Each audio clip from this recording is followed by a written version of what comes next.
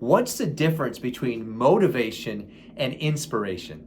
My name is Kevin Yoder, mindset coach and creator of the Inner Game of Achievement. I help people improve their patterns of thought so that they can terminate those limiting beliefs, boost their confidence, and accomplish their most inspiring goals for life and business. Have you ever gone to an event? You got really fired up, you took all the notes, you highlighted, you circled, you told all your friends, you told your spouse, you're gonna do this thing this time and this is different. And you were super motivated.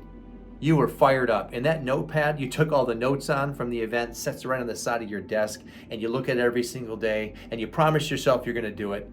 And after a week, maybe it gets buried with something else, and then something else gets on top of that. And after a while, you put it in your desk drawer and you lose steam. And that motivation is long gone. Motivation left the building. Has it ever happened to you? I know it's happened to me. And I've been to those events. In fact, I was just describing myself when I just explained that to you.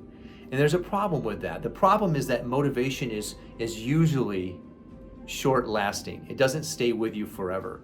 And it's one of those things that we usually come across because we're borrowing energy from someone else. I call it borrowed energy. In other words, we see someone or a concept that we are inspired by. And if that person is just rah, rah, rah, and really making things happen, we appreciate that because there's a part of us that wants to aspire to that greatness.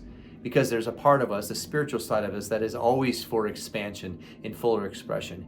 But it's borrowed energy. It wasn't your energy, it was their energy, and it kind of shed it off, and maybe you pick some of it up and put it in your pocket, but then your pocket had a hole in it, so to speak.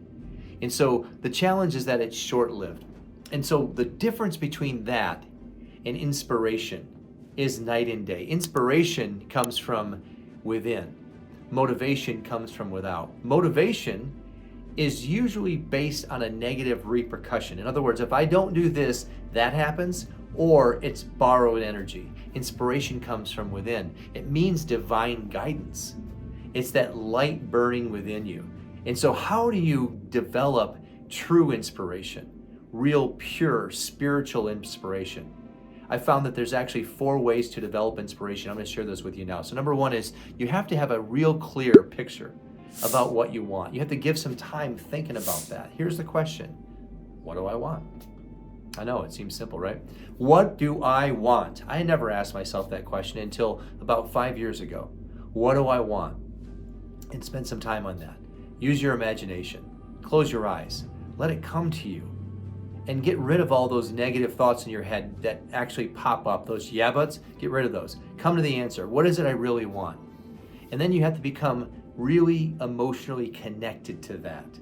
You have to become emotionally connected to that. And how do you do that? Is you have to decide the reasons why that's important to you, the big whys.